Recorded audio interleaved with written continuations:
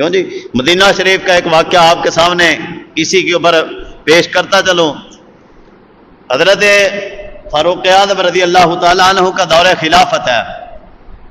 حضرت عمر کا دور ہے، اور جو ہے نا وہ ایک شخص اپنی سواری لے کے مدینہ کا نہیں تھا، اونٹ اس کے پاس تھا تو وہ جا رہا تھا، تو وہ کسی جگہ ٹھہرا مدینہ کے باہر، تو اس نے اپنا اونٹ جو ہے وہ چھوڑا، تو وہ اونٹ جو ہے وہ غیر کی فصل کے اندر چلا گیا، وہ جا کے چرنے لگا وہ اونٹ جو ہے۔ تو اب جو ہے فصل کا جو مالک تھا نا، اسے بڑا غصہ آیا کہ اونٹ جو ہے یہ میری فصل خراب کر رہا ہے۔ اس نے ایک پتھر جو ہے وہ اٹھایا اور اونٹ کو دے مارا۔ جب اونٹ کو اس نے مارا تو اب جو ہے وہ مالک کو بڑا، اونٹ کا جو مالک تھا اب اسے بڑا غصہ آیا، کس نے جو ہے وہ میرے اونٹ کو اتنا پتھر مار دیا۔ اب اسے غصہ آیا تو اس نے جواب کے اندر کیا کام کیا کہ پتھر اٹھایا اور اس شخص کو مار دیا جو فصل کا مالک تھا۔ اسے پتھر لگا لیکن اس کا ارادہ نہیں تھا، وہ جا کے اس کی ایسی جگہ کے اوپر لگا کہ وہ فوت ہو گیا، وہ وہیں کے اوپر وہ دم توڑ گیا، مر گیا، وہ فوت ہو گیا۔ اب ظاہری بات ہے اس کے بیٹے تھے تو انہوں نے جو ہے اس شخص کو پکڑ لیا، وہ اجنبی تھا، وہ پکڑ کے جو ہے وہ حضرت عمر رضی اللہ تعالیٰ عنہ کی عدالت میں لے آئے اور کہا جی اس نے جو ہے وہ بغیر کسی وجہ کے جو ہے وہ ہمارے باپ کو قتل کر دیا ہے، تو ہمیں اس کے بدلے میں قصاص چاہیے۔ جناب فاروق اعظم رضی اللہ تعالیٰ عنہ نے مجھ سے بلا کے پوچھا، فرمایا بھی کیا مسئلہ ہے؟ تو اس نے وہ ساری بات بتائی کہ اس طرح اس کے باپ نے جو ہے وہ میرے اونٹ کو پتھر مارا لیکن میرا ارادہ نہیں تھا، میرے اونٹ کو لگی، مجھے دکھ ہوا، تکلیف ہوئی، میرا جانور تھا تو اس کی وجہ سے میں نے مارا، لیکن وہ اس کے ایسی جگہ پہ لگا کہ وہ مر گیا، میرا ارادہ نہیں تھا۔ جس وقت اس نے یہ بات کی تو اب ظاہری بات ہے قتل تو ہو گیا، یہ قتل خطا تھا، قتل تو ہو گیا اگرچہ ارادہ نہیں تھا اس کا۔ اب جو ہے حضرت عمر نے کہا کہ بدلے کے اندر تمہیں قتل کیا جائے گا، تو وہ شخص کہنے لگا جی میں مدینہ کا رہنے والا نہیں ہوں، آپ کو بھی پتہ میں اجنبی ہوں، میں فلاں جگہ سے آیا ہوں، تو آپ مہربانی کریں مجھے جو ہے نا وہ تھوڑا سا ٹائم دے دیں، تھوڑا سا ٹائم دے، تاکہ میں نے کچھ لوگوں کی امانتیں دینی ہیں، کچھ کا قرضہ دینا ہے، تو میں وہ اپنے معاملات کر کے جو ہے وہ واپس آ جاؤں گا، آپ کی مہربانی مجھے کہ 5-7 دن کا ہفتے کا ٹائم دے دیں تو میں جو ہے وہ آ جاؤں گا واپس۔ تو اب جو ہے ظاہری بات ہے اجنبی تھا اور سیدھی سیدھی موت بھی تھی، تو حضرت عمر رضی اللہ تعالیٰ عنہ نے فرمایا بھی یہاں جتنے بھی لوگ بیٹھے اگر تمہاری کوئی ضمانت دے دیتا ہے تو میں تمہیں جانے دوں گا، نہیں تو ویسے تو تمہیں نہیں جانے دوں گا میں۔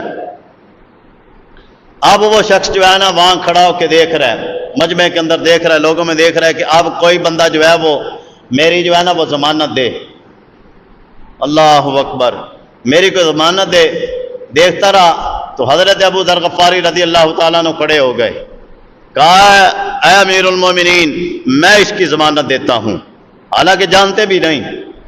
اجنبی ہے، پتہ بھی نہیں ہے، تو آپ نے کہا جی میں اس کی ضمانت دیتا ہوں۔ آپ نے فرمایا اچھا،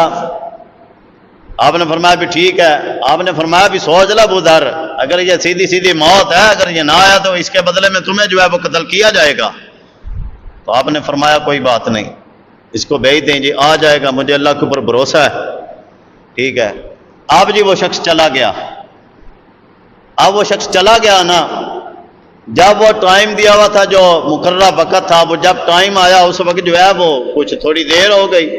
لوگ جمع ہو گئے، سبھی کو پتا تھا کہ آج اس شخص نے آنا ہے تو اسے جو ہے وہ قتل کیا جائے گا۔ تو اب کچھ دیر ہوئی نا تو لوگوں نے اب باتیں کرنی، ظاہری بات ہے لوگ پھر باتیں کرنی شروع کر دیتے ہیں۔ انہوں نے کہا ابو ذر بڑی غلطی کر دی، تو نے بڑی غلطی کر لی، تو نے آج نبی شخص کی ضمانت نہیں دینی تھی، تمہیں بھی پتا تھا اور اسے بھی پتا تھا اگر میں واپس جاؤں گا تو میری سیدھی سیدھی موت ہوگی، تو موت کے منہ میں کون جاتا ہے، تو نے بڑی غلطی کر دی۔ آپ نے فرمایا کوئی بات نہیں، ٹائم ہوا، ابھی آرڈر جاری ہونے تھے کہ دور سے دیکھا تو جو ہے نا وہ دھول اڑتی ہوئی نظر آئی، تو حضرت عمر نے فرمایا کبھی رک جاؤ، لگتا ہے کوئی دور سے آ رہا ہے۔ جب جو دیکھا تو اب وہی شخص جو ہے وہ گھوڑے کے اوپر سوار تھا اور سوار ہو کے وہ آ رہا ہے۔ اب وہ جب آ گیا نا، پہنچا تو آ کے کہنے لگا جی انتہائی معذرت کے ساتھ میں معافی چاہتا ہوں کہ کچھ معاملات اس طرح کے تھے، میرے ساتھ یہ جو مسئلہ پیش آ گیا جس کی وجہ سے جو ہے وہ میں لیٹ ہو گیا، دیر سے پہنچا ہوں۔ اچھا اب آرڈر جاری ہوا جی قتل کیا جائے،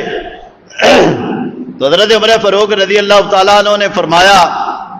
فرمایا بھی بات سنو، تمہیں جب یہ پتا تھا، اس بات کا علم تھا کہ تمہاری موت ہے آگے سیدھی سیدھی، تو تم نہ آتے کہ تمہیں قتل کر دیا جانا تھا، تو تم کیوں آئے ہو؟ آنے کی وجہ؟ تو وہ شخص کہنے لگا دیکھیں جی، میں ایک ایسی جگہ میں تھا کہ جہاں مجھے کوئی جانتا نہیں تھا، جہاں میرا کوئی اپنا نہیں تھا، میرا کوئی رشتہ دار نہیں تھا، میرے کو دوست احباب نہیں تھے۔ ایک اجنبی بندے نے جو ہے نا وہ مجھے جانتے ہوئے کہ میں اجنبی ہوں، تو ایک بندے نے میری ضمانت دی۔ وہ کہنے لگا کہ اگر میں آج نہ آتا تو قیامت تک لوگوں نے اجنبیوں کے اوپر بھروسہ نہیں کرنا تھا، کہ میری ضمانت ایک ایسے شخص نے دی ہے کہ جو مجھے جانتا بھی نہیں، جس کے ساتھ میرا کوئی بلڈ ریلیشن بھی نہیں، کچھ بھی نہیں ہے، لیکن اس کے باوجود اس نے میری ضمانت دی۔ اگر آج میرے بدلے میں اسے قتل کر دیا جاتا، لوگ کبھی بھی جو ہے وہ اجنبیوں کا جو ہے نا وہ بھروسہ نہ کرتے۔ آپ نے فرمایا بھی ٹھیک ہے، تیری تو یہ بات ہو گئی۔ فرمایا ابو ذر آپ بتائیں، آپ نے جو ہے وہ اجنبی شخص کے بغیر کسی وجہ کے جانچے پرکھے بغیر ہی آپ نے ایسے شخص کی ضمانت دے دی، اور ضمانت بھی ایسی دی کہ سیدھی سیدھی موت تھی، تو آپ نے ضمانت اس کی کیوں دی؟ آپ بتائیں۔ جس وقت حضرت عمر نے فرمایا نا، تو حضرت ابو ذر غفاری رضی اللہ تعالیٰ عنہ آپ فرمانے لگے کہ اے امیر المومنین، بات یہ ہے جس وقت یہ شخص کٹہرے میں کھڑا تھا تو اس وقت جو ہے یہ چاروں طرف دیکھ رہا تھا، اسے کوئی سہارا نہیں مل رہا تھا، کوئی ایسی بات نہیں تھی، تو جو ہے مجھے یہ دیکھ کے بڑا دکھ ہو رہا تھا، ہے یہ اجنبی شخص لیکن یہ میرے محبوب نبی علیہ الصلوۃ والسلام کے شہر مدینہ منورہ میں کھڑا ہے، اور یار یہ کیا کہے گا کہ میں حضور کے جو ہے وہ شہر کے اندر گیا اور کسی بندے نے میری ضمانت نہ دی۔ فرمایا میں نے یہ سوچ کے اس کی ضمانت دے دی۔ اللہ اکبر۔ اب جس وقت یہ بات ہوئی حضرت عمر نے کہا کہ قتل کرو، تو اب وہ جن کا باپ قتل ہوا تھا اب وہ دونوں بیٹے کھڑے ہو گئے، وہ کہنے لگے نا جی نا، اب جو زمانے کی جو کالک ہے وہ ہم اپنے منہ کے اوپر لیں۔ فرمایا کہ جب ایک شخص آج نبی ہے وہ چل کے آ گیا، دوسرے شخص نے بغیر جانے تحقیق کی ہے، اس کی جو ہے وہ ضمانت دے دی، تو زمانے کی کالک ہم اپنے منہ کے اوپر لیں، جاؤ ہم نے اپنے باپ کا قدر اس کو معاف کر دیا۔